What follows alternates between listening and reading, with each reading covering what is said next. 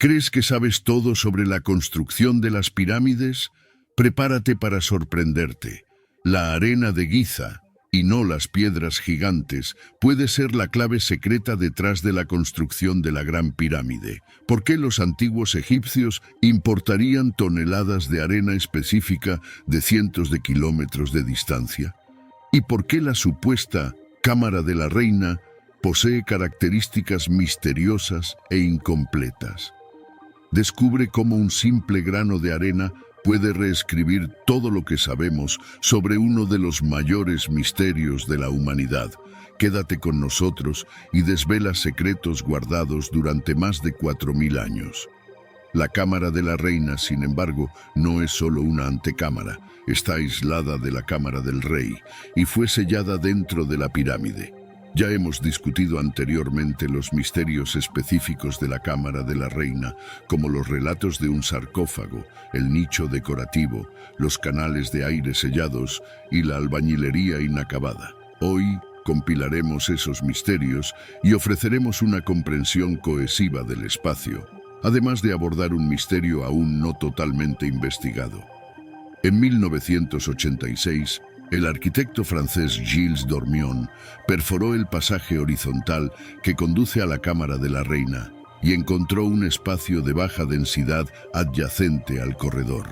Dormion esperaba encontrar almacenes sellados con bienes funerarios y perforó 3 veces la pared oeste del pasaje. Cada perforación encontró arena compactada entre los bloques internos de piedra caliza de la pirámide. La primera perforación, inclinada unos 30 grados por debajo de la horizontal, alcanzó una profundidad de 2,6 metros, atravesando una cavidad de arena de 20 centímetros.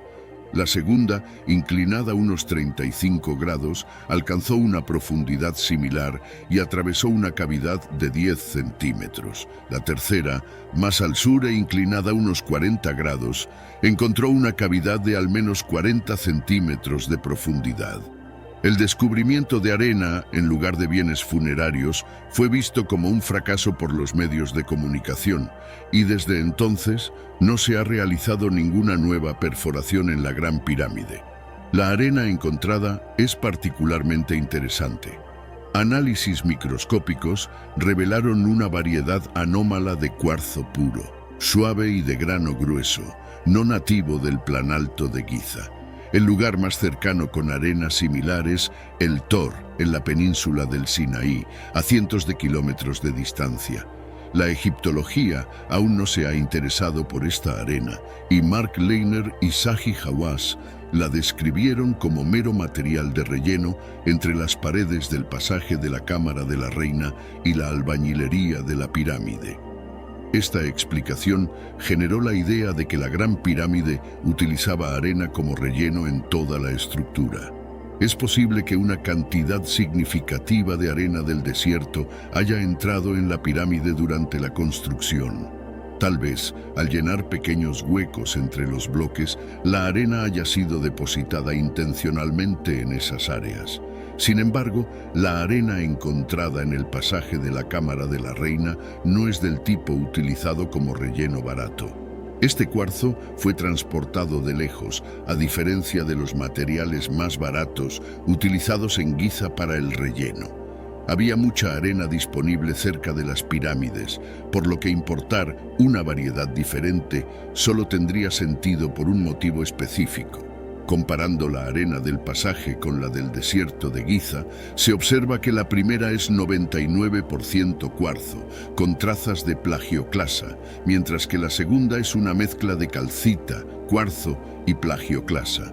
Además, la arena del pasaje tiene granos grandes, de 100 a 400 micrones, mientras que la arena de Giza tiene granos más pequeños, de 10 a 100 micrones.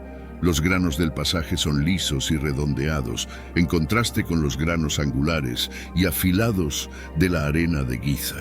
Claramente, la arena del pasaje es muy diferente de la del desierto. Pero ¿cuál sería el beneficio de esta diferencia para los constructores de la Gran Pirámide? Consultando con expertos, entendí que la arena de cuarzo encontrada en el pasaje sería mucho más eficiente para varios métodos de construcción. Esta arena de cuarzo bien graduada disminuiría la fricción al mover piedras pesadas, reduciendo los esfuerzos a la mitad en comparación con la arena del desierto local. La uniformidad en el tamaño de los granos y la forma redondeada de la arena de cuarzo pura contribuyen significativamente a esta reducción de fricción. Reducir la fricción al arrastrar piedras traería beneficios evidentes en la construcción de una pirámide. Además, la arena de cuarzo pura del pasaje tendría una fluidez mucho mejor que la arena del desierto. Los granos redondeados fluyen más fácilmente que los angulares, y la distribución de tamaño más homogénea de la arena de cuarzo, de 1 a 4, comparada con la arena del desierto, de 1 a 10, también aumenta esta fluidez. Los granos más pequeños de arena son más propensos a la cohesión cuando hay humedad, convirtiéndose en una masa pegajosa. Los granos más grandes de arena pura de cuarzo, por lo tanto, resisten mejor la humedad.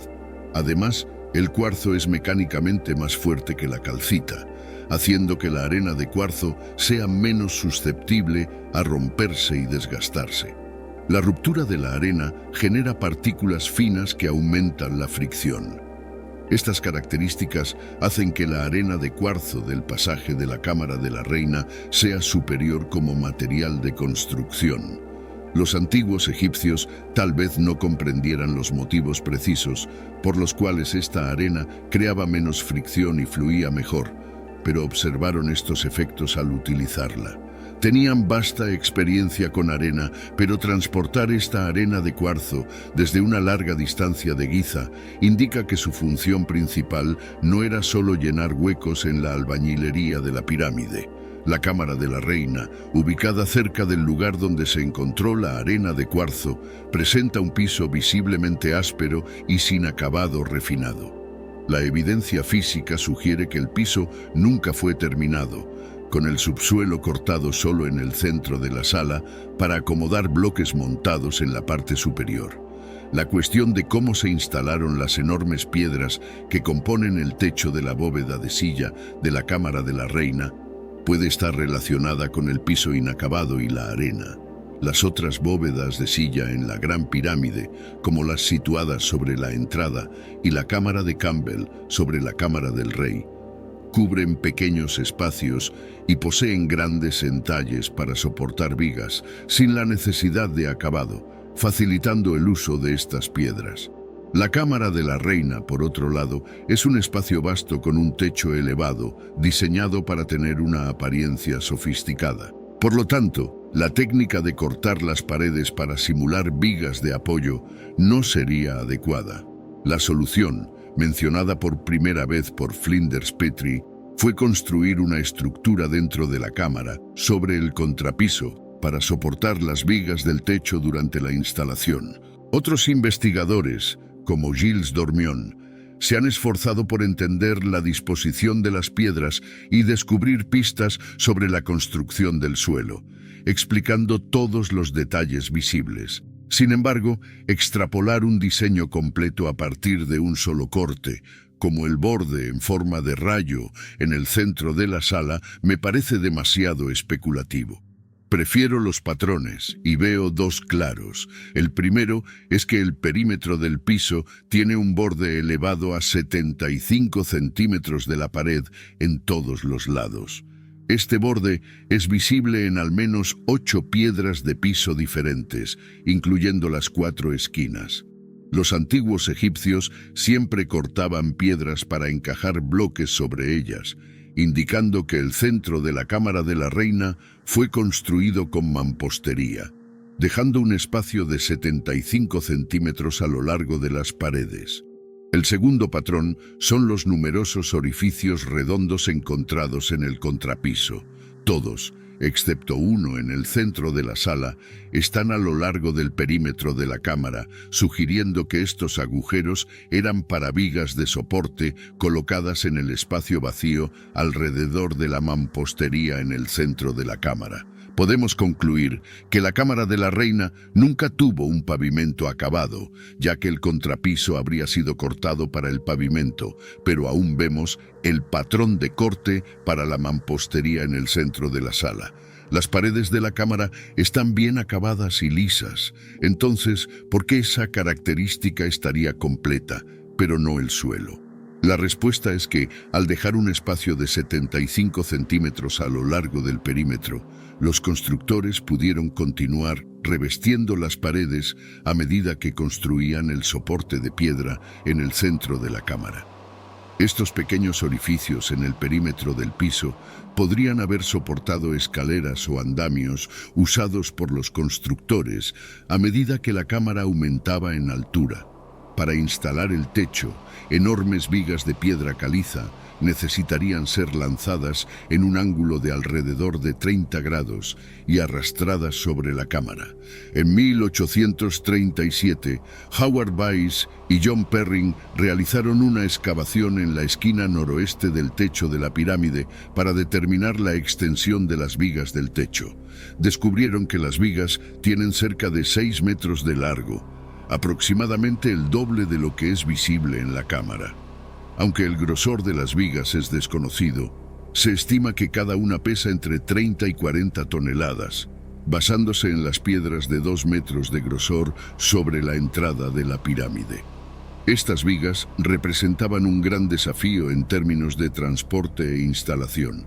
Gilles Dormion, al encontrar arena anómala cerca del pasaje de la Cámara de la Reina, sugirió que esa arena de cuarzo bien graduada podría haber sido utilizada para reducir la fricción al arrastrar las vigas hasta la posición final.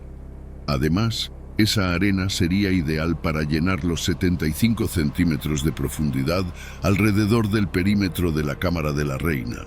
La arena de cuarzo redondeada resiste mejor la compresión, ofreciendo un soporte adecuado para las vigas de piedra caliza de 40 toneladas en el techo de la cámara.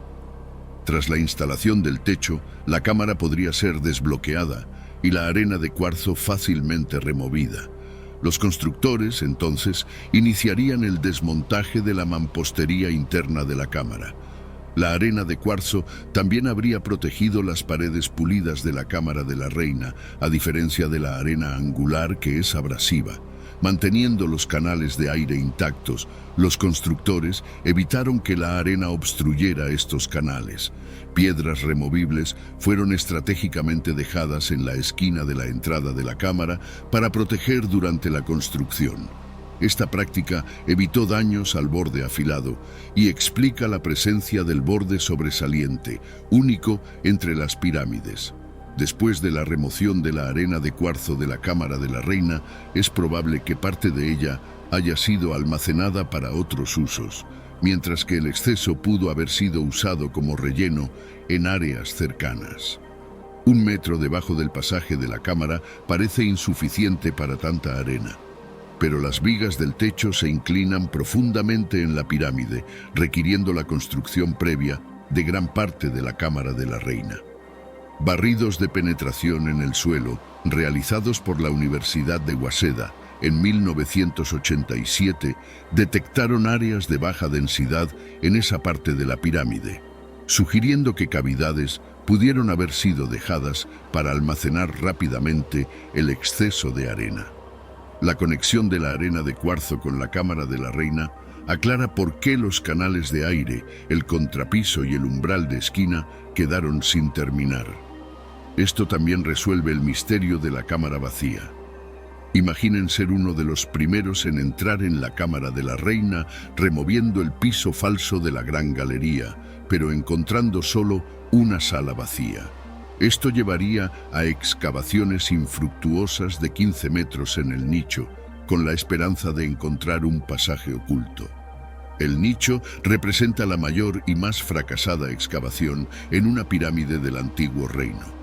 La ausencia de uso práctico de la cámara también explica por qué los canales de aire solo fueron descubiertos en 1872, ya que, si hubieran tenido función espiritual, tal conocimiento habría sido preservado.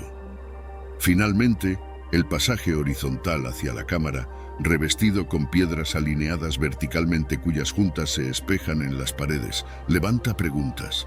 Los egipcios solían intercalar las juntas para mayor estabilidad.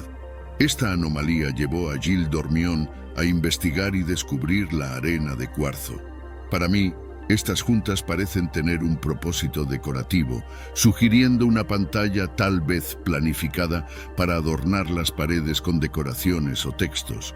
Las pirámides posteriores, que contienen textos, demuestran un cuidado meticuloso con la disposición de las piedras. Aunque la cámara de la reina se haya vuelto obsoleta, sus paredes pueden haber estado a la vanguardia de su tiempo, concebidas para facilitar la recitación de oraciones por parte del rey. Por lo tanto, a diferencia de la cámara de la reina, nada importante sería olvidado. Gracias por ver hasta el final. Suscríbanse al canal para más contenido, denle like o comenten como prefieran.